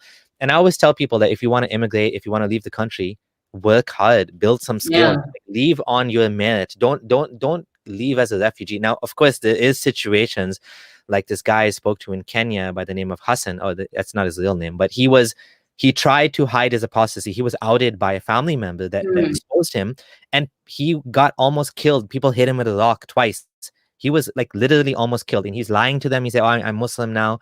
Nobody cares what he says. They want to kill him. He's a legitimate situation where he needs to leave the country. And there's other people, they go out of their way to sort of create a problem for themselves so then they can leave the country, and they're kind of like, nobody wants to kill them, but they're like trying to provoke a situation. And it's not, obviously you should never be killed. Nobody is justifying that, but we should also be fair and say that there is a situation as well where you are able to leave Islam and your family will not like it, but they're not going to hurt you. And thankfully, I think as time goes by, there's more and more situations like that. I'm really happy to hear that in your case, your mom was nice to you, and that's how Muslims should be, actually. You should try to be nice, not like hurt people for leaving Islam, because that's not going to help, right? That's not going to convince people to come back. That's not like, what, like, I'm gonna leave this place, like, no way, but for me, no one hurt me, thank goodness. And it's the most basic thing to do, not to hurt your own family member, Yeah. or for the community not to hurt a person, right? So Yeah, it just shows you how twisted the religious teachings are, that it can actually make a person want to harm their own family member. Like the most powerful desire that all us humans have, and I know I'm a parent, is to protect your children even more than yourself, because we've evolved to want to survive and pass on our genes. Our entire existence is dependent on on this concept that if I didn't want to live and I didn't want to make a woman pregnant and spread my genes, there would be no human race. So this is one of the most powerful desire, that people would jump in front of trains to save their kids. I mean, frankly speaking, that's how we are. I mean, I didn't choose that. That's just the way I am. Like, I would do that. I would take a bullet for my kids. But somehow this religious doctrine is so crazy that it's able to overpower that instinct that is so powerful. It's just so twisted. Like it's so twisted that it can do that.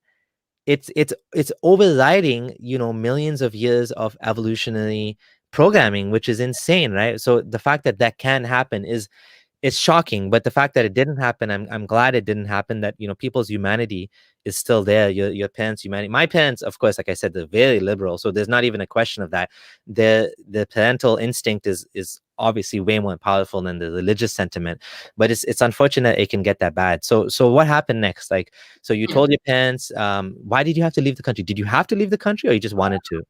I wanted to, because I felt it's like I didn't want to live with my family, because it was just really heartbreaking to like be a ghost. Oh, Like they would like not talk to me, even if like I'm just passing by or whatever. It just felt really extremely lonely, and you know how loneliness can, it does penetrate, and um, you have a lot of like mental instability yeah, when you have sort of like situation. yeah. So for me, I felt like this is not a good situation. I need to get out, because if I go through this like in a prolonged time period, then how am I supposed to live the way that I want to live? So in this sense, I decided to leave the country. So I, traveled to multiple places. For example, Thailand. Went to Hong Kong as well. Uh, so I was based in Thailand, and then after I moved around, like traveling.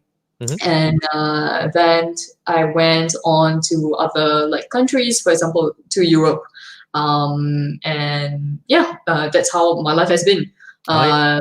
Yeah. So, but throughout, I like, in the beginning stages, keeping contact with family was something that, we do have like a family WhatsApp group, so that's really nice. Like I'm still part of it.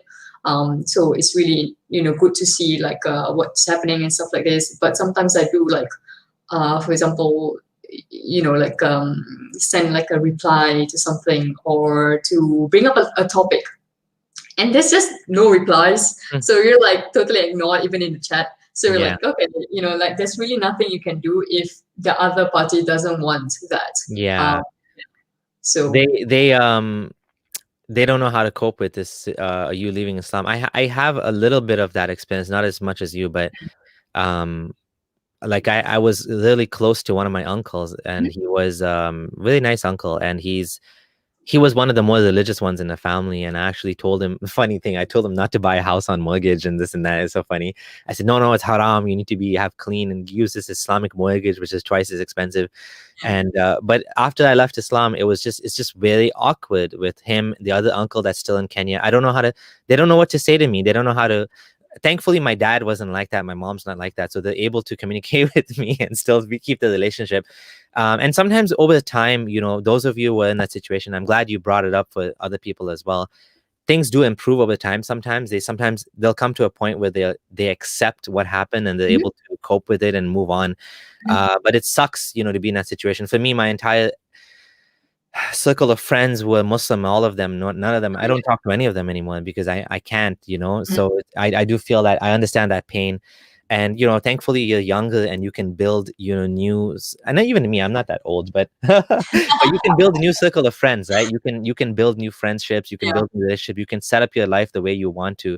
How do you, like, you don't have to answer this, but like, how do you survive financially then if your parents are not supporting you anymore and you're moving around? And you can talk about it if you want to. If you don't want to, Yeah, yeah. For me, I do like transcribing. This is something I do. oh, so you work Yeah, online then? yeah, I work online, Oh, as well as what else do I do? Oh yeah, I also do English teaching as well, to international students.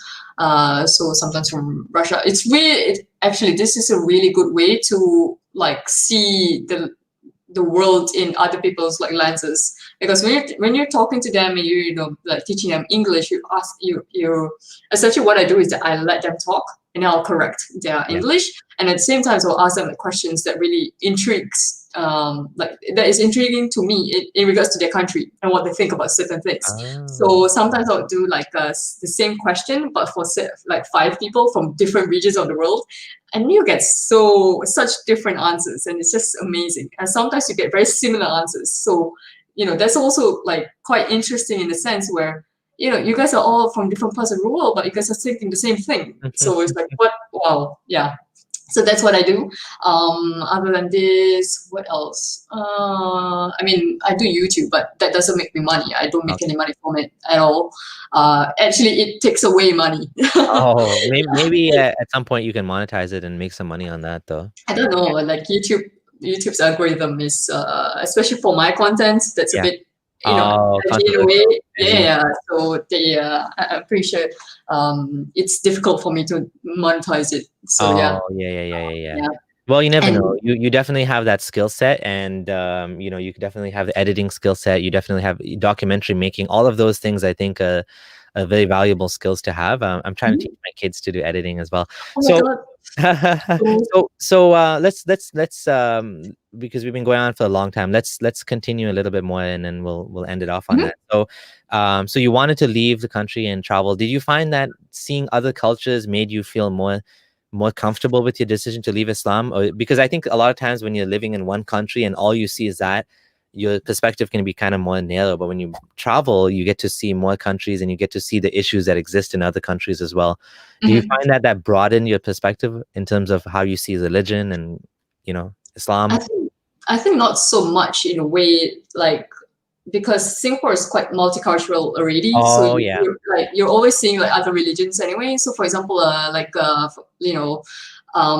there's like the seventh lunar month where, for example, the Buddhist people, or Chinese majority in Singapore, who are practicing, what they would do is that during this month, it's called like the what uh, seven lunar month, something about like ghosts or something like this. So Okay. essentially, Yeah. what happens in this month in their belief is that the gates of hell will open, so that all the spirits and souls inside there will essentially, they are able to roam the Middle Earth.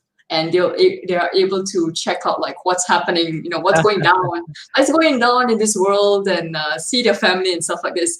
So during this month, what people would do is that they would, they would buy, in this religion culture, they would buy like paper that is like hell money in this sense. So they will burn this hell money, and whatever you burn, essentially this will go to wherever the people who they are trying to get this gift to. Yeah. Yeah, Hungry Ghost Festival. Sorry, Yeah. I totally forgot for some reason. Yeah, so this is called the Hungry Ghost Festival, and during this month you also see, for example, like performances. So during this, like maybe it's a small tent, and there's like a platform, like a stage, Mhm. and there will be like performances. So they would put out chairs, like the red plastic chairs, and at the back there'll be like normal people, but at the front it's totally empty.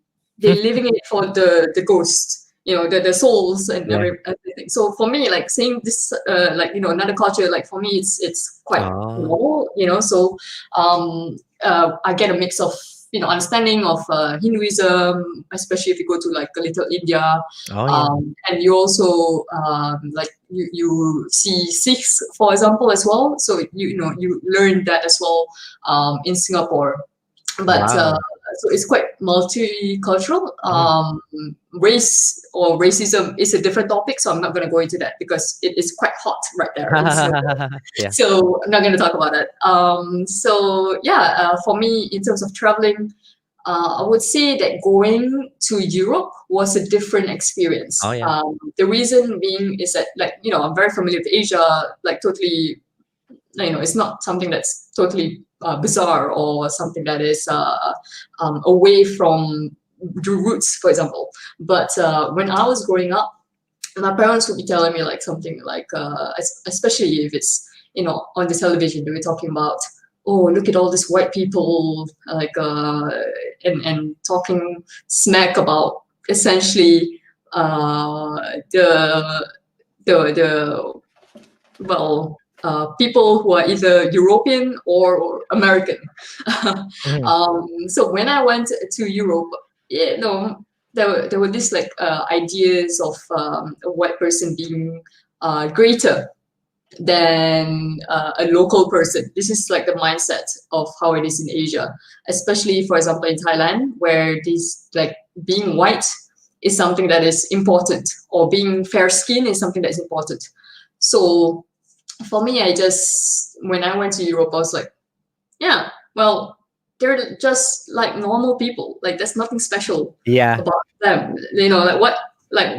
Why are we even like bringing this up to like the children? Why are we even talking about white people as if they're like some sort of powerful or like something special, like something special. just a different color. Sorry, my camera died there. So yeah, if my camera gets disconnected, it's because it's overheating. I'm still here.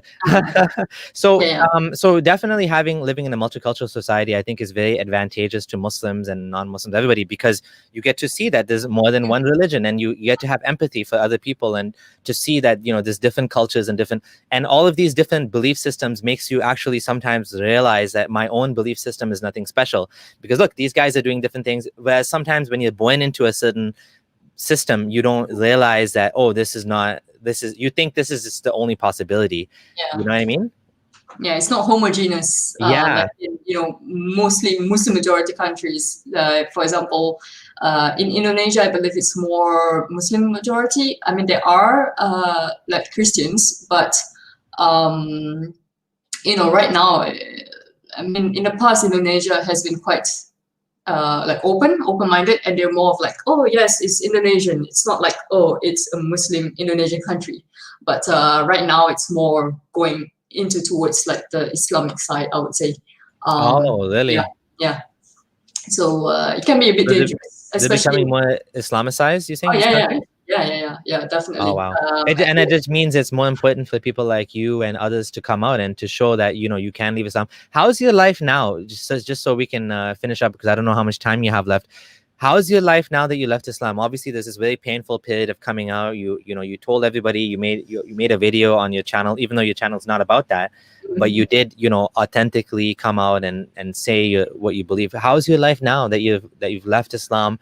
Your family, like you've told us that it's difficult because there's a bit of awkwardness, there's a bit of coldness over there. But other than that, how is your life now? I would say it's great. Like, I mean, other than this COVID situation, I love traveling, so this is like, but my life, I would say, has been pretty hectic for the past few months. But as in, like from what was it? When was I there? When I was in Portugal, essentially, like that time period was really, really hectic. And I'm not sure if I'm going to make a video on it, but I did make a video of what I've seen in Portugal, which is in regards to the China's influences on Portugal. And for me, I would say like my life after living in Islam is better because I can now focus on things that I truly care about. Especially towards other people. Like someone was saying something about the CCP, and I just want to like point out something. Where is it? Oh, CCP here. is imploding something. CCP is essentially the Chinese Communist Party, and it says over here, this person, Gwyn Paladin, is saying, "Why are we politically correct, guys? Why not love the solutions of CCP? Seriously, in Mimi's world, it's their way only. Wake up, guys." I would, just want to point out that I'm an ex-Muslim, and I believe that you would agree with this. Even though we are ex-Muslims, we do not tolerate any. So before you answer, what this guy is saying is he's saying we should put the Muslims in camps. That's what he's saying, right? Yeah. So go ahead. Now you can explain why that's bad. So, we don't tolerate such things. We don't tolerate putting Muslims in camps. This is something that's inhumane. It's against a human right. It's the similar thing to what happened with the Jews. We don't want such things to be happening again because they are human. Why do I don't believe in putting anyone in a camp or to make them work, make them to sterilize a woman because of their faith. This is something that is really horrible. I find it really disgusting, and I really hate it. And the fact that like some people do say this, that if you're an ex-Muslim, why don't you agree to such solutions? No, that's not who we are. Like, this is what I'm saying. Yeah. This is not what being an ex-Muslim is. I'm pretty sure. I have a feeling that. Sorry. Go ahead. Yeah. No. I was just saying I have a strong feeling this person is a never mus and was never an ex-Muslim, is not someone that has Muslim family members, because it's very rare to find someone so far right among ex-Muslims, because we have Muslim family members. And I mean, it'd be very strange for you to want to like treat your own family members like this. Honestly, Gwyn Paladin, you're a disgusting piece of shit. Sorry, I just gotta say it. That's what you are. You're a disgusting piece of shit. What China is doing is wrong, period. I don't care how much you hate Islam. Yeah. It has nothing to do with it. At the end of the day, it has nothing to do with Islam. It's them suppressing that ethnic minority. Islam is just part of the issue. I think it's not, because there's Muslims in China, mainland China, and they don't have problems like this. It's that specific separatist sort of issue that's going on where they want to separate, they want to be their own country, whatever. And China also has issues with Tibet, right? China has also Mongolia.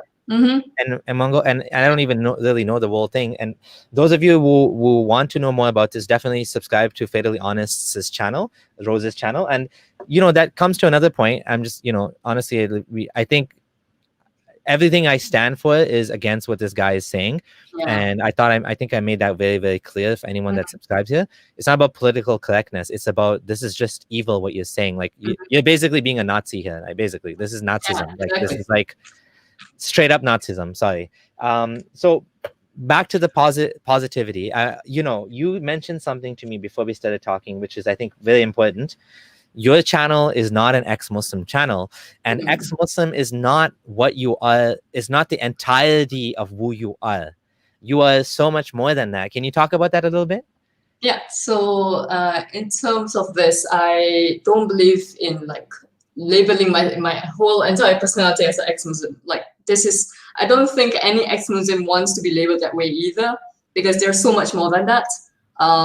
Your life does not revolve around Islam after you're an ex-Muslim, though you do want to talk about it because you want to let other people know your story, let them be, understand like, hey, if you're going through the same experience, you're actually able to connect with me and understand what is happening. You're not alone.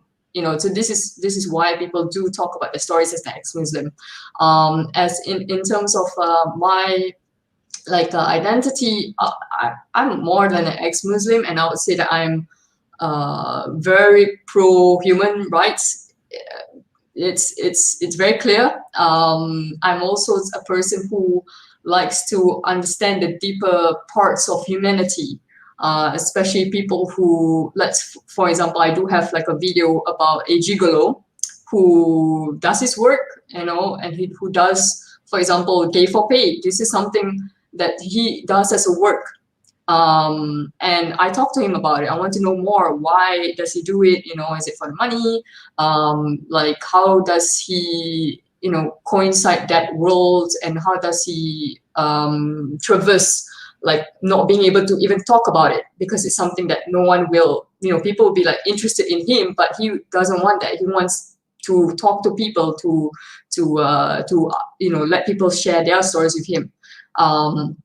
And my platform is Fattally Honest is a platform where I also do talk about very important things. For example, not being able to get divorced in Philippines. Like, that's really insane. That's like another form of religious oppression, I would say. That's, Yep. intertwined into the political system. Is that because of Christianity?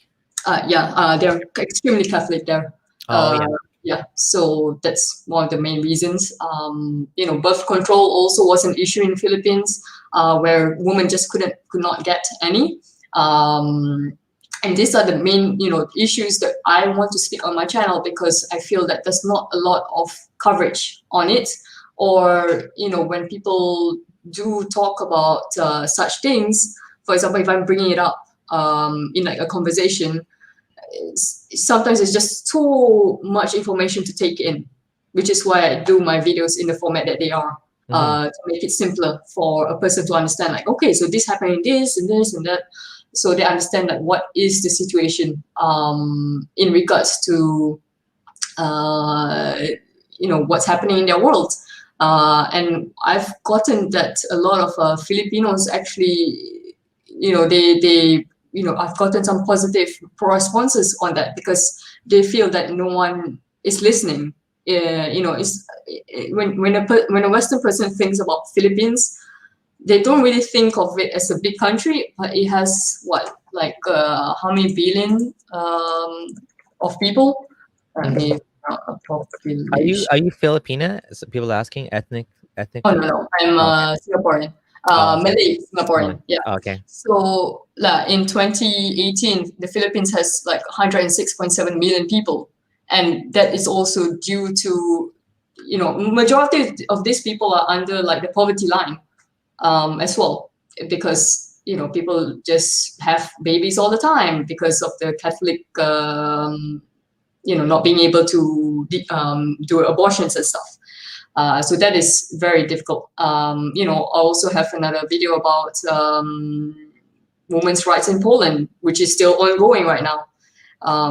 So, all of these topics I feel are very, very important, which is why I talk about it on the channel.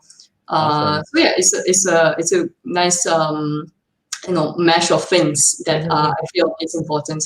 So yeah, and absolutely. I mean, I think this is so important to highlight, that we ex-Muslims were not just ex-Muslims. Sometimes people see someone like me who is an activist and spends a lot of time talking about ex-Muslim issues. They don't realize that the majority of ex-Muslims don't talk about ex-Muslim issues. They leave Islam and they do other things, and that's how it should be. We want to make it so that leaving Islam becomes a non-issue. This conversation that we're having right now, me and you, what both of us would love to see is a world where we don't have conversations like this, because it's like, okay, I left Islam. Okay, you left Islam. Okay, I became Christian, or I became Hindu, or I'm not Muslim, or I'm atheist, so nobody cares. It's like, yeah, okay, that's interesting, but we don't need to make a video on how difficult it was, how your family no longer talks to you, how people are kicked out of their home, or abused, or killed, or executed. We don't want that. We don't want to talk about these things. We're looking for a world where this becomes a non-issue, but we can never just take it for granted. I think at this point we have to keep talking about these things. Someone needs to keep doing it, which is why I'm doing it. I'm so glad that you came out and you shared your story. This is a part of your journey as well, and you are thankfully in a safe place, a safe country, and I think with time your family relationship will improve. A lot of times I find when you have kids, then your parents will, I've heard from many people that their parents, softened up. They want to see their grandkids, and things can change. The dynamics can change over time. Or over time, they just realize that nothing they're going to do is going to change your mind. And so they accept it, and I hope that's what will happen with you as well. Yeah, I would hope so too. You know what? If you can't beat it, join it. As embracing the fact that I'm a ex-Muslim. I mean, I'm not expecting them to leave Islam. Yeah. Obviously, yeah, and that's an important part too, that we're not expecting other people to actually leave Islam. That's not the goal necessarily. The goal is to raise awareness, to allow people to make their own choices, and if they want to be Muslim, they can be Muslim, and if they don't want to be Muslim, they don't have to be. They cannot be Muslim. That's what we want. That's the type of world that we want, right? Yep. I agree 100%. People should be able to make their own choices, really. Absolutely. So just to close off then, before I give you a chance to make any sort of final comments you want to share, if you're new to the channel, please consider subscribing and even joining below. Click join now, and you can support me for a small amount of money that'll help me to continue growing the channel and to do this maybe full-time one day. Also, there's Patreon if you'd like to support me financially from that platform. That's also really helpful. You'll get early access to my videos. Some of my videos will be posted early, and of course you will get, my eternal gratitude. Guiding someone away from Islam is better than 10 camels, and that's a hadith you can quote me on. Any final words, Rose, you want to share? Any final comments, any final thoughts, any advice to other people in the closet that want to come out or are scared to come out, tell their family? What would you advise them? I'll say that take baby steps. This is a very difficult process. Take your time.